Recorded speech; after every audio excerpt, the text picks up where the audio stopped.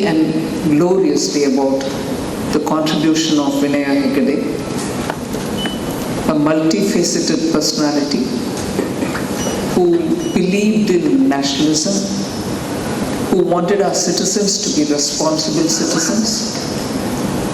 He just didn't sit and dream, he executed his dream through various educational institutions. To run an institution is one thing, but prior to that, to build one, especially with so many regulatory compliances that you have to follow, and to keep up that standard is not a small thing at all. So to have a vision, to execute it, and above all, direction or a guidance given by his father, who himself had contributed so much to this country, is with a bar set high, trying to compete and achieve. And the kind of words I've heard about Sri Vinaya Hegde makes me feel that so much is dependent on each one of us to emulate the work that he's done. And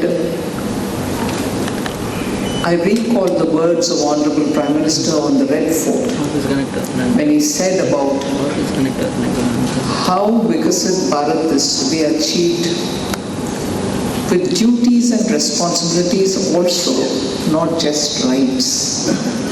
So today our Indian citizens understand that it has got to be a massive yajna, like a very big activity which all of us will have to jointly undertake in building India to reach that level. And in that, each one of our contribution will be certainly important. And like one of the speakers, Captain, I think, said, much before Vikasit Bharat became part of our language, our narration, our lexicon, by his action, Vinaya Hegde has actually shown what building nation is all about. Give good education, bring education back to your towns, get people to contribute towards the society, make education and health available for all, affordable for all, and make sure your region is kept in mind as you build for India.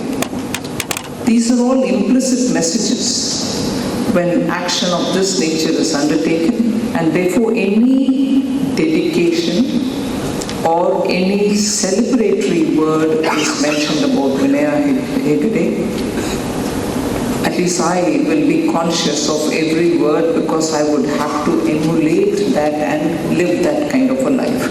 Floral tribute is one thing, just verbal tribute is another, but to contribute a tribute to a person of this nature means that every word will have to be imbued into ourselves and take it forward. So it's a great, profound honor to deliver this Nitya Vinaya Hegde Oration 2026.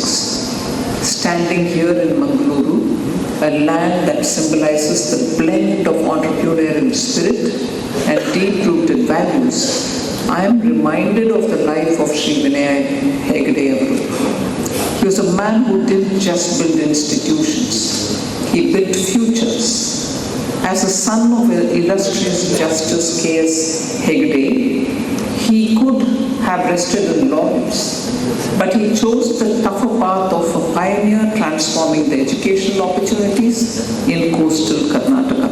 I actually like the way Captain Brajesh Chauta, Honorable MP, said in Kannada. I may not be able to say it in exactly the same words. He said it's not only that he was a hero for the Karavali region, coastal region, or for Mangaluru, but he also became a hero and also he contributed to the building of Karnataka and looked at the national level building. Am I right, Captain? You said something about that. I think it is that which is the spirit of what Vinaya Hegde has done for this region. Not only Mangaluru, not only Karavali, but also Karnataka and the nation building. And therefore it is a very significant contribution, beginning from his own native village. So he chose the tougher path of a pioneer, transforming the educational opportunities in coastal Karnataka. Nitte, deemed to be university, which he helped build into a symbol of excellence in this region, stands as his most eloquent memorial. I congratulate this university for keeping his legacy alive through this oration. Today, I speak on a theme that is not merely aspirational, but civilizational in its scope. Vikasit Bharat for 2047 is not a slogan at all. And just for us to juggle our memory a bit, it's not too far away. 2047 is not at all too far away. When we speak of 1947 and say, oh my God, 75, 80 years ago we got independence. But when you talk of 2047, it's just 20 years from now. Add one more year if you want. Just 20 years. So we have a huge amount of work to be done with all of us to contribute. So it's not a slogan, it's a national resolve. It is indeed India's tryst with destiny, renewed, reimagined and re-energized. The transformation towards Vikasit Bharat 2047 rests on structural reforms, human capital and institutional excellence. Before I speak of India's future, allow me to honor the city's past, because it is from the roots of such places that the tree of Vikasit Bharat shall draw its deepest nourishment. There is no place more fitting to discuss the resurgence of India than here in Mangaluru. Mangaluru is not just a port, it's a civilizational bridge from the Gangas of Talakadu and the Kadambas of Vaijayantipura to the mighty Chalukyas of Badami and the Hoysalas of Dwarasamudra. Mangaluru flourished as a crucible of dynasties, a center of refined culture and maritime prowess. Roman merchant ships would anchor off these shores to load their hulls with the most precious commodities known to the ancient world: black pepper, Yavana Priya, the black gold of antiquity, cardamom, cinnamon, turmeric, teak, sandalwood and gems. Roman historian Pliny lamented in his 1st century CE, that is, the centuries that we are living in, that India was draining the Roman treasury every year. Think of that for a moment. 2000 years ago, this coastline was the commercial nerve of the globe. The wealth of this region was so legendary that Greek and Roman merchants would risk their lives to reach these shores faster. The Chennakeshwara temple in Beruru, the Hoysaleshwara temple in Halabedu. If you have actually ever stood before these temples and watched the afternoon sun play upon their intricately carved surfaces, you will understand what I mean when I say that India has always been a civilization of superlatives. And then came, of course, the glory of Vijayanagara, perhaps the greatest empire of the medieval age, whose capital Hampi was described by Domingo Pes, the Portuguese traveler, who visited 1520 as a city as large as Rome and a very beautiful sight to behold. So the story of Mangaluru is in many ways the story of India, a story of resilience, a story of openness, a story of aspiration, and Mangaluru today represents the seamless blend of tradition and modernity. And it actually reminds us that India's journey of becoming developed is not built, it's not so much about imitation, it is about rediscovering our strengths. rediscovering our confidence and rediscovering our place in the world. So it's a continuation of a journey that took place here on this very coast 2000 years ago onwards. So there are moments in the life of a nation when ambition must rise to meet destiny, when vision must transcend policy and purpose must transcend politics. Today, as we gather here to reflect upon Vikasit Bharat 2047, we are not merely discussing an economy milestone, but we are articulating a civilizational aspiration. India is the oldest continuous civilization on earth. We gave the intellectual contribution that formed the bedrock of modern civilization. We were, for most of recorded in history, the world's largest economy. I think we should repeat that sentence and believe in it. We were, for the most part of recorded history, the world's largest economy. And when I say this, I actually have goosebumps. At a time when we are talking about Vikasit Bharat, at a time when we are recalling about our glorious past, and of course not so glorious past as well, the urge, and I would again go back to that Red Fort speech of the Honorable Prime Minister, the urge should be to get out of a colonial mindset. The urge is to believe in our glorious past. The urge is also to believe in our own youth and their capacities. And the urge should be to believe in us. Our own epics tell us that when a solid contribution is made or is being made, when you have people around you who are naysayers, the psychological play that it can have on people who can achieve things is so critical that it can undermine the very objective with which you're moving. You know, the Shalya episode in Mahabharata repeatedly tells you how even an able soldier, a master of archery, just becomes helpless.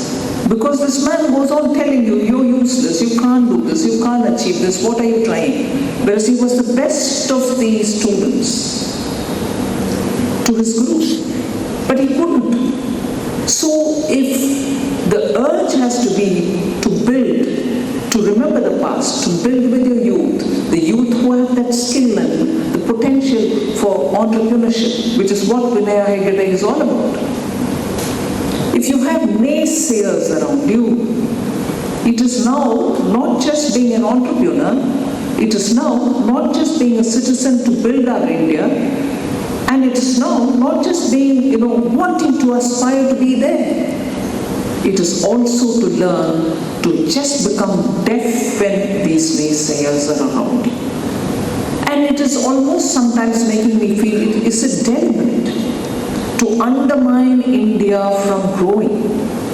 We should keep ourselves wary of such a development. So India is I would want to underline this fact, India is the oldest continuous civilization on earth. We gave the intellectual contributions that form the bedrock of modern civilization. We were, for most of recorded history, and I repeat, the world's largest economy.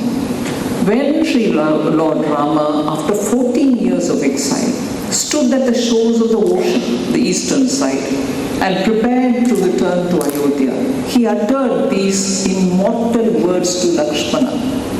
Janani janma bhumischa swargadapi gariyasi. Mother and motherland are greater even than heaven.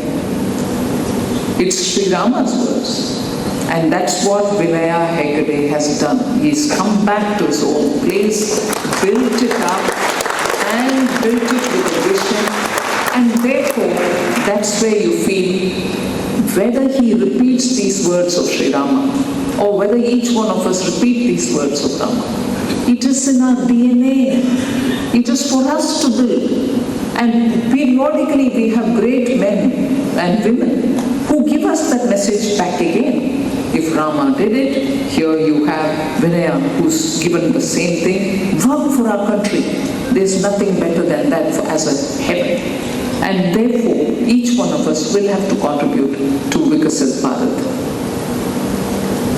Vikasit Bharat, a developed India by 2047, the centenary of our independence, is not a political slogan, as I said earlier. It conceived in a meeting room in Delhi? No, it is not. It is the living expression of this ancient obligation that we shall remember our motherland. We shall dedicate ourselves for our motherland. We shall contribute to our motherland. And every citizen, therefore, like the way Nitte aims, every citizen should be that particular individual who contributes to India's growth. So let's be honest about the weight of that question, that it is a living expression of this ancient obligation. In 1700 CE, the Common Era, India's share of global GDP was about approximately 24%.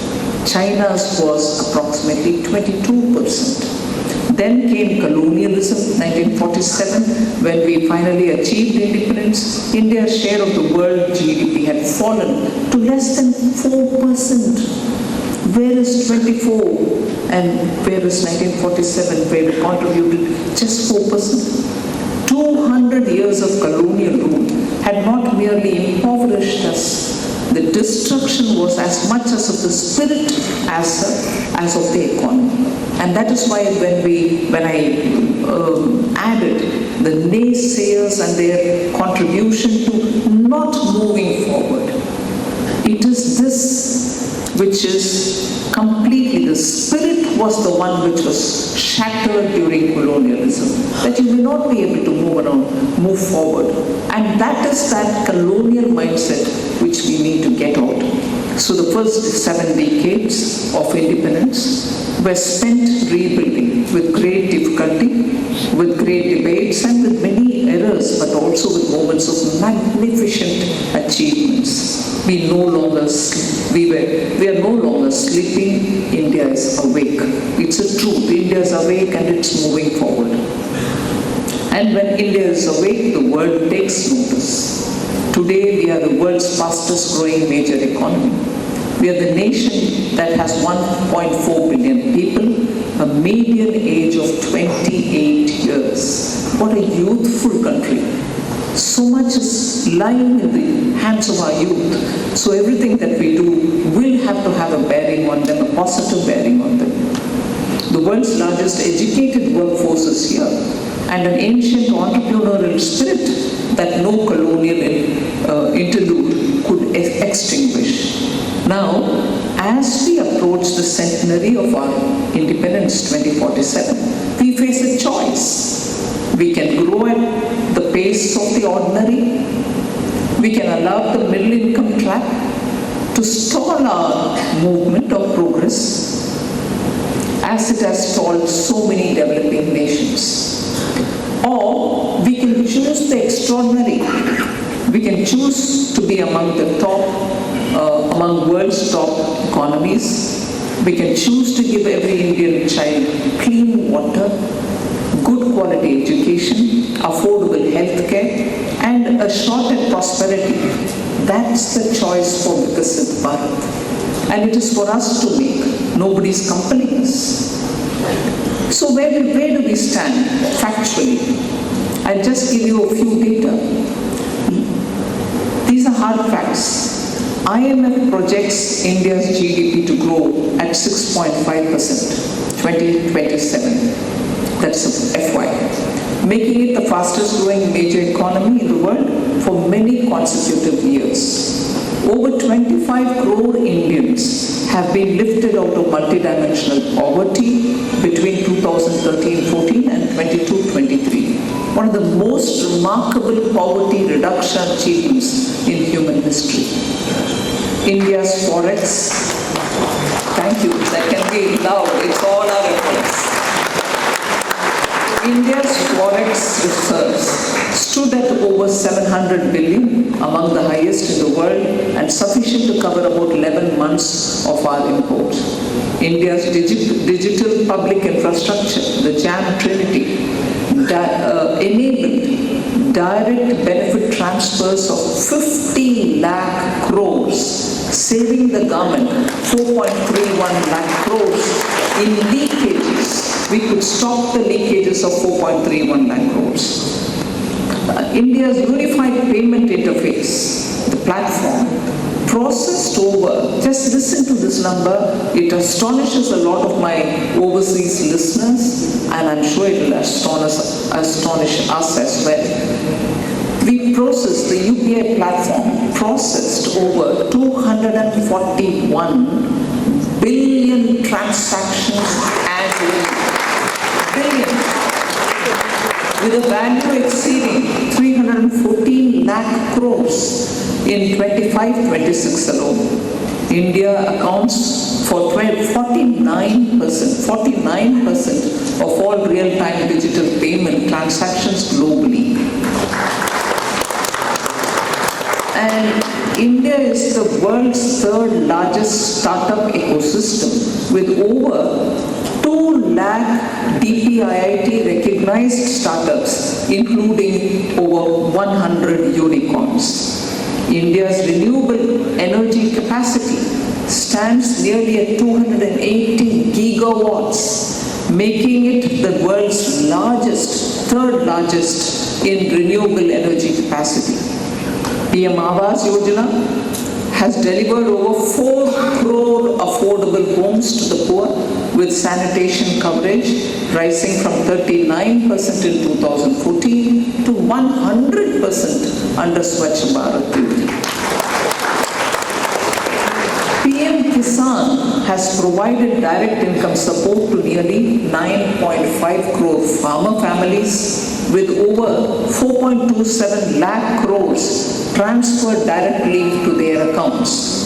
The number of IITs has grown from 7 in 2014 to 23 today. Universities from 723 then to over 1,100 today. There were 7 aims in 2014, now you have 22 of them. So representing an unprecedented expansion of higher education institutions. All this is only government. Simultaneously in India, there's an education revolution happening in mid-tier-like institutions, really standing out to showcase how much India can achieve. India's infrastructure outlay, sometimes many of the developing, emerging market economies ask me, is this real? Is this number real? And I said, you can look into the Controller and Auditor General's accounts. India's infrastructure outlay has been brilliant, has shown 6 times growth in a decade from 1.9 lakh crore in 2013-14 to 12.2 lakh crore in 26-27. 12.2 lakh crore, largely borrowed, but borrowed to build assets. So India's successful science revolution conducted the Chandrayaan-3 mission, becoming the first country to land near the lunar South Pole, and has approved the Gaganyaan human spaceflight program, cementing its status as a space power. So these are not isolated achievements. And why do I have to talk about these achievements now when you've asked me to speak on what is Vikasit Bharat? They are the building blocks of a systemic transformation that is happening at a rapid pace. And without this brick layer, the foundational layer, some at higher level, some on a slightly lower level, we will not be able to understand how fast and how much scaling up can be done for 2047. So these are not isolated.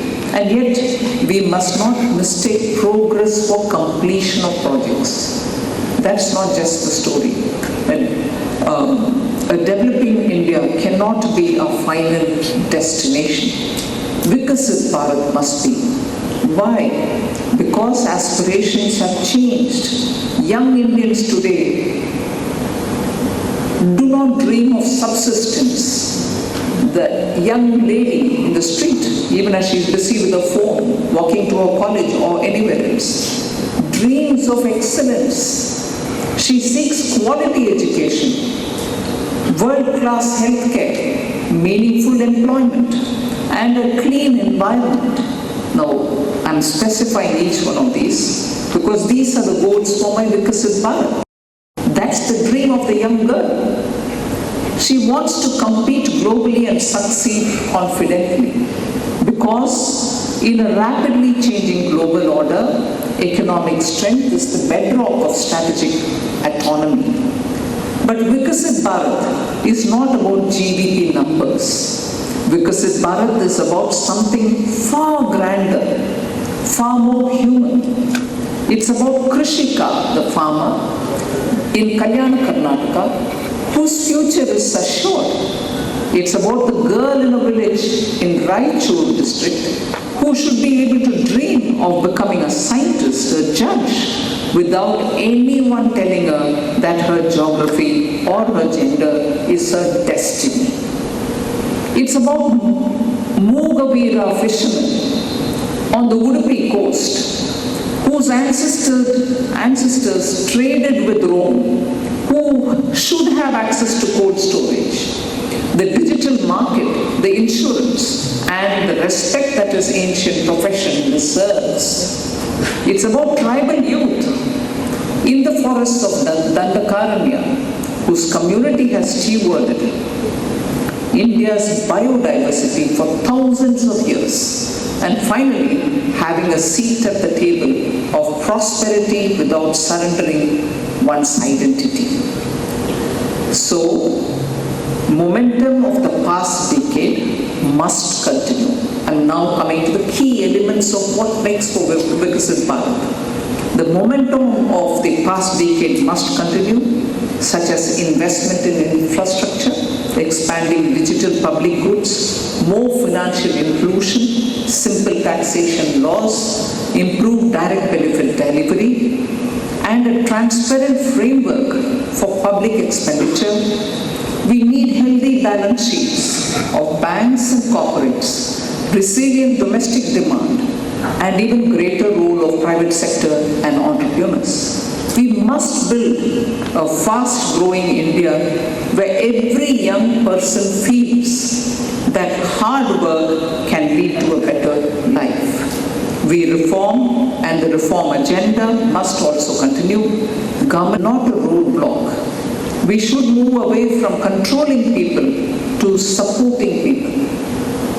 Good infrastructure changes lives.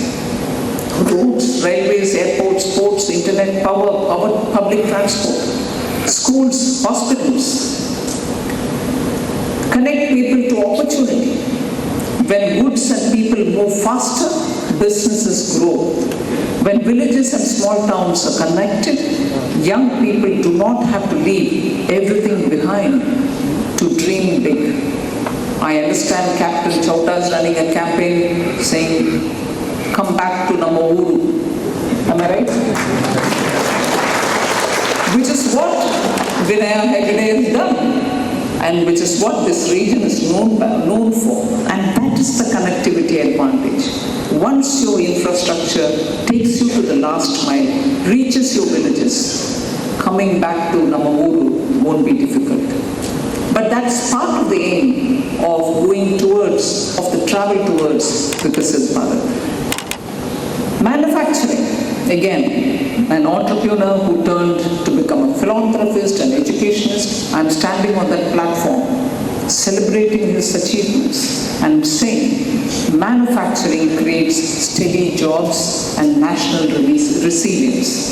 To compete globally, Make in India must mean high quality and efficiency.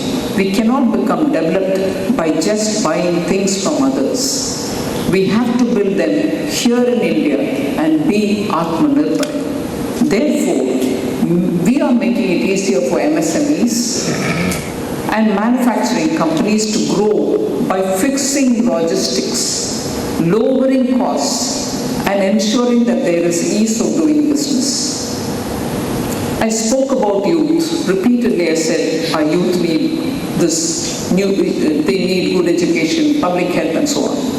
Particularly women are the drivers of Viksit Bharat 2047. Young Indians need good education, practical skills, jobs, startup opportunities and confidence. Viksit Bharat will not be built by treating women and youth as beneficiaries. We cannot patronize them. We need to support them. It will be built when they lead us. That is why we brought Nari Shakti Vandan Adhiniyam in April to ensure more women become leaders without delay. Unfortunately, for some political parties, they chose to block the fast tracking of these rights in Parliament. They even celebrated the non-passing of the amendment, which hurt me, and I couldn't have words to say there. It was so shocking that they could deny this fast-tracked empowerment of women. Technology and AI must solve real Indian problems.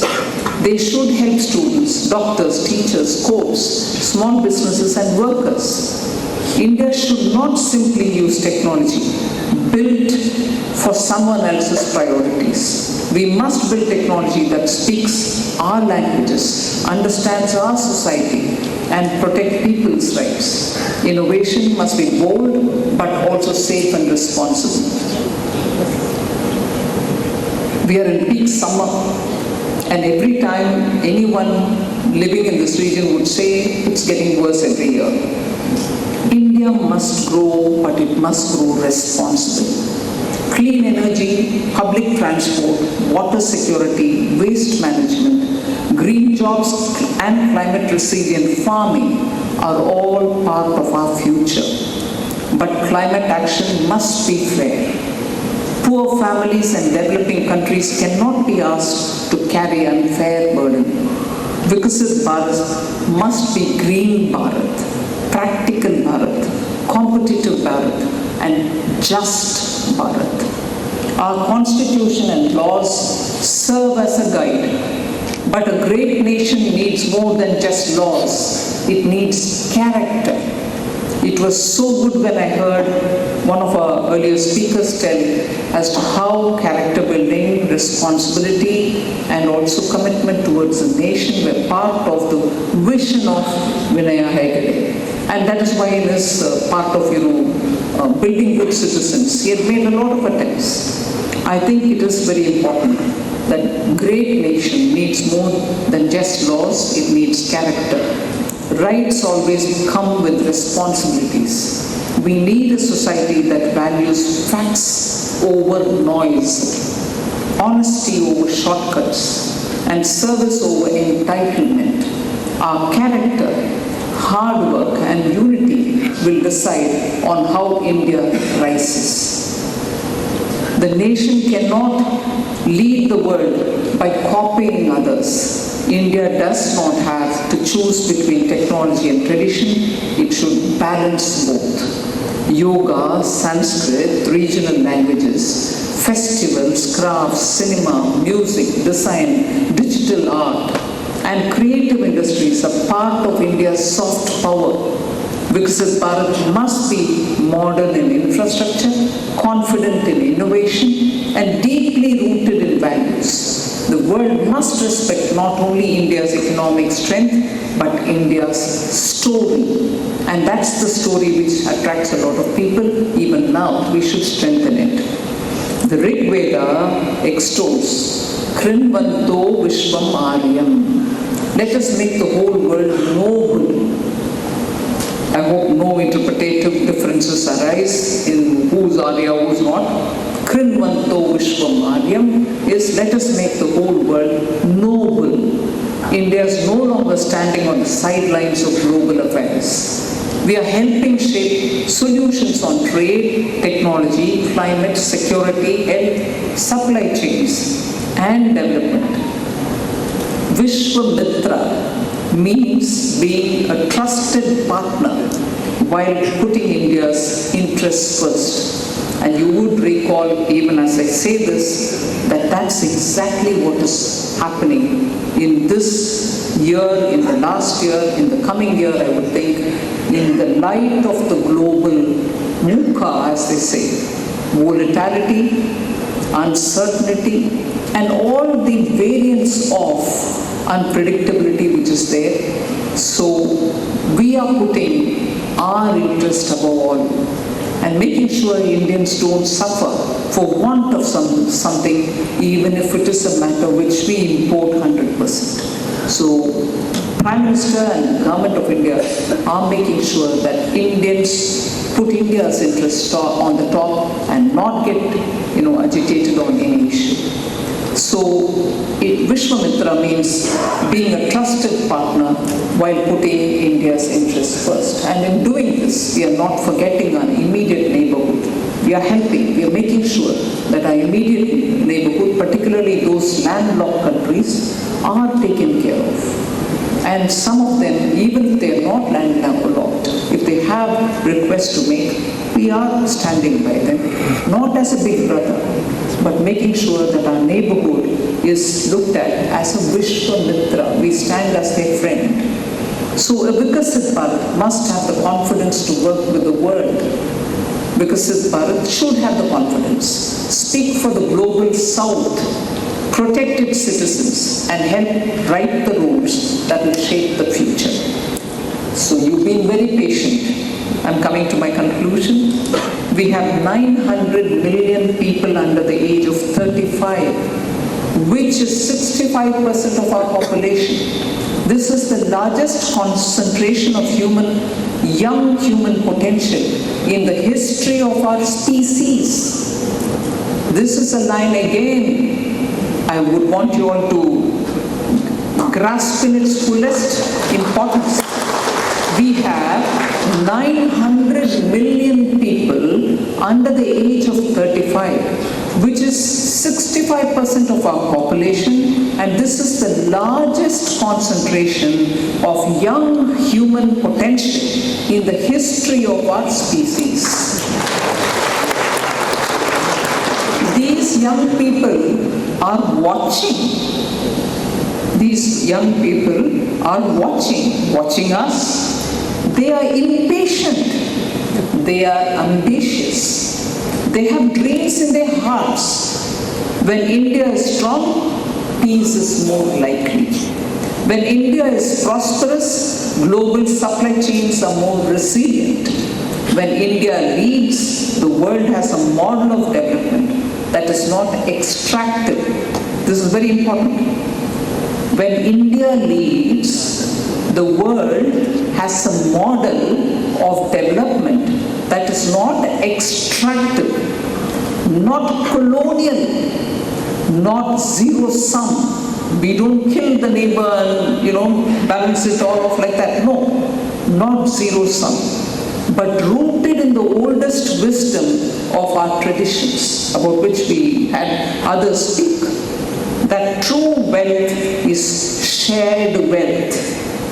The true wealth is shared wealth. And that's the beginning that I started off by saying Vinaya Hegde could have just sat down and enjoyed the prosperity that his father had given, that his brothers are all supportive of him. No, but he decided to make sure that he would contribute to the society, to nation building. And that's the message. That true wealth is shared wealth. And this is why Viksit Bharat is not just India's goal, it is humanity's opportunity. A developed, stable, democratic, pluralistic India, the world's largest democracy, a civilizational bridge between East and West, between the global North and the global South, is not just good for India, it is a good thing for the entire planet.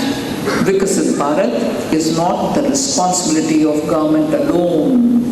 It is a national partnership between the union, the states, the local governments, entrepreneurs, industry, academia, professionals, civil society, and every citizen.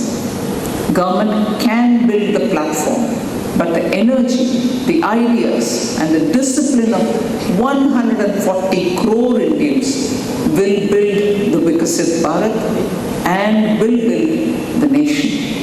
Vande Mataram. Jai Hind.